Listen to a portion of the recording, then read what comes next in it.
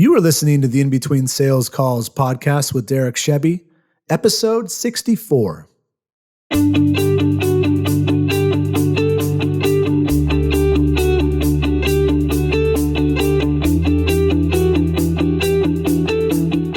Welcome, everyone. Last year I had this big health goal. I wanted to lose 10 pounds, and I wanted to lose 10 pounds by getting physically fit. And the reason for that is because I've got 3 young boys and they're involved in sports, and they also want to play with dad all the time. They want to play with me. And it's tiring, and carrying them on my back and all that, it hurts. And I know I need to get in better shape. So last year I had this goal, and I really wanted it for myself to get better in shape and to lose 10 pounds. And so in the first 5 months of the year, I did absolutely zero to get there. I didn't do anything. I looked back in the first 5 months of the year and I said, what a waste. I guess that goal wasn't really that important to me, even though it was. But something happened in May, and my friend said to me, he said, "Hey, I want to hike Mount Whitney. Would you want to join me and come with me and a few other guys?" And I had heard about this hike and heard how incredibly hard it was. And it was an expert level hike, and you needed to be crazy fit to do the hike. And so I said, "Yeah, I want to do it. Let's do it." And they said, "Great, we want to go in September." And I said, "Perfect. That gives me 4 months or so to get ready." And I knew that if I had this goal, if I had this deadline, that I would spend time getting fit and getting healthy and getting to my goal that I wanted to get anyway, to lose 10 pounds and to be more physically fit. I knew that I would get there because I had to, because I had this big climb coming up. So I told my wife about it, and I said, "Hey, I said that I was going to do the Mount Whitney hike." And she said, "Wait, isn't that a hike that's all done in one day?"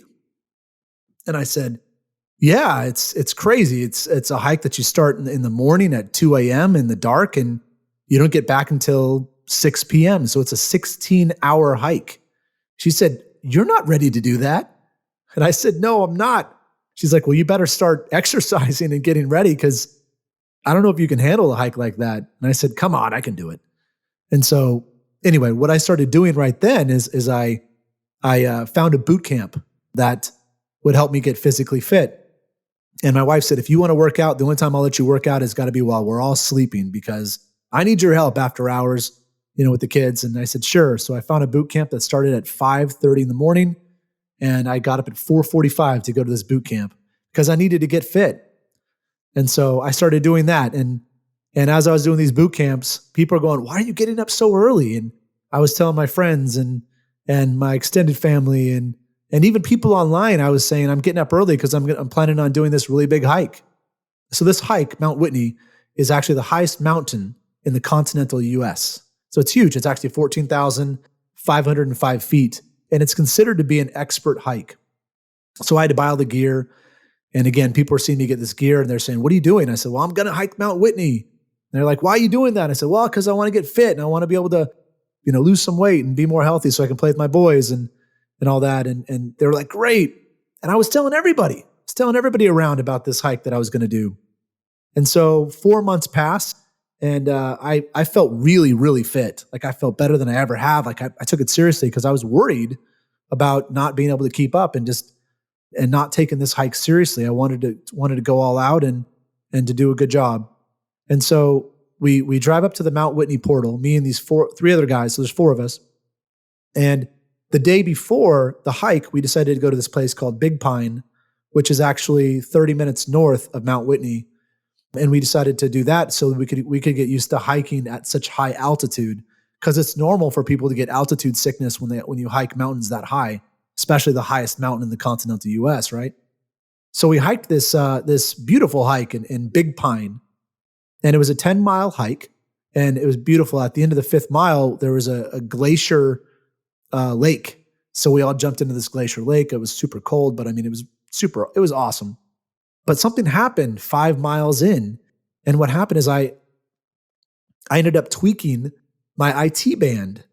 So your IT band is next to your kneecap. So if you think about it, if you reach down to the side of your leg, right where your kneecap is on the side where you feel the joints, there's like an IT band right there. And I'm not an expert in this, but that's what I was told. But if that's where it hurt. And it was extremely painful. I mean, so bad that I was hobbling on the way back. I mean, here I am, physically fit. I could handle it. I could do it all. But I have this ailment now that's just excruciating, and I'm hobbling. And it's just the day before the big hike.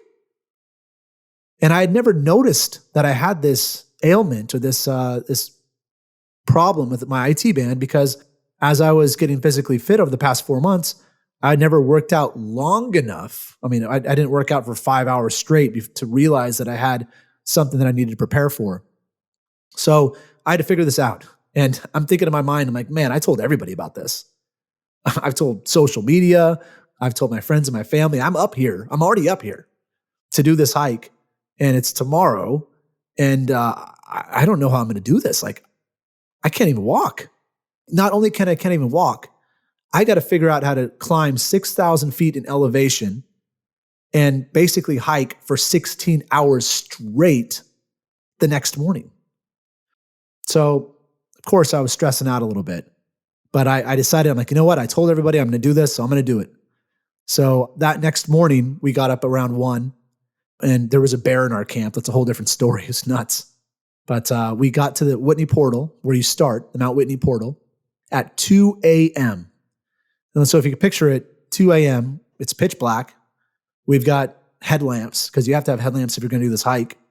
So we have headlamps, we got our hiking poles, we got our backpacks, all that kind of stuff. And we were planning on starting the hike at 2 a.m. and getting back by 6 p.m., which is a long time if you really think about it. 2 a.m., getting back at 6 p.m. So it was an expert level hike, but we were ready, except I had this IT band issue. And so we start walking, fast pace. The guys that are with were really in shape too. And I'm hobbling. I'm hobbling so much that these guys end up going so fast, and they're passing me up, and I see them up in the distance with the lights. The lights look back at me up in the mountain, and they kept waiting for me. And then eventually they said, Derek, we see that you're struggling. Maybe turn back, man. I don't know. I mean, this looks painful. I know you're dealing with it. Here are the keys to the car if you want to just go back and wait for us. Totally get it if you do. And I was like, thanks, keep the keys. I'm not going back. And I said that, but I was actually thinking about maybe going back. And I had this, the day before, I had a surprise in my backpack, in my hiking backpack, that I noticed. It was a bunch of Post-it notes that were stapled together, Post-it notes, if you can picture this. It was a surprise in one of the pockets of my hiking backpack. And these Post-it notes were from my oldest son. And it said on the top Post-it note said, open on the hike. And so I'm looking at this thing by using the light on my headlamp. That's how I'm actually reading it.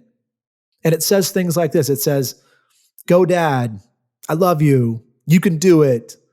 Keep going. Don't give up. Love, Branson. It's things like that. And I'm looking at this thing, and obviously I'm getting a little emotional here thinking about it, going, wow, I can't give up right now, even though this is crazy. I'm at the start of this hike, and I can't give up. And I thought about how he knew I was there. He knew I was going to be there doing this hike. And not only he knew, my wife knew, my friends knew, everybody knew that I was doing this hike. I was going after my goal. Everybody knew. And what was I going to tell them if I was going to come back and say I couldn't do it because of my IT band? Hey, you guys can understand if that works up. How are you supposed to go if you're limping? Anyway, I made a decision right there in that moment. I said, I'm doing this. And I ended up hiking and getting into a groove. And I found I had some Aleve, and I was taking Aleve, like popping them like candy just to try to numb my leg up. And I ended up getting my stride. And I ended up catching up with my group about 6 hours later up the mountain, just when the sun was starting to rise, if you can picture that. And so we ended up making up to the top of the summit of Mount Whitney at 11 a.m. And at 11 a.m., we ended up coming back down, and we made it down at 4:45 p.m. So it ended up taking us about 14 hours and 45 minutes to make the whole trip. And it was such a huge moment for me in general, fighting through that that challenge and fighting through my mindset. But what I learned the most, though, is I learned a crazy goal setting hack, which is my success habit for you today. And here it is. I'm telling you right now what I learned on the psych, if you haven't already figured it out. But here's my success habit. If you're serious about hitting your goals this year or anytime, if you're serious about it, like it matters to you more than anything, you need to tell people. You got to tell people. Because when you tell people and you say it out loud and they know and it's important to you and you've been working towards it for a while, then what happens is when you have a low moment like I did, when things are going bad and all you can think about is trying to find a reason for you to stop because it hurts or it's just not a good situation, you remember the fact that that goal matters to you so much that you told people about it.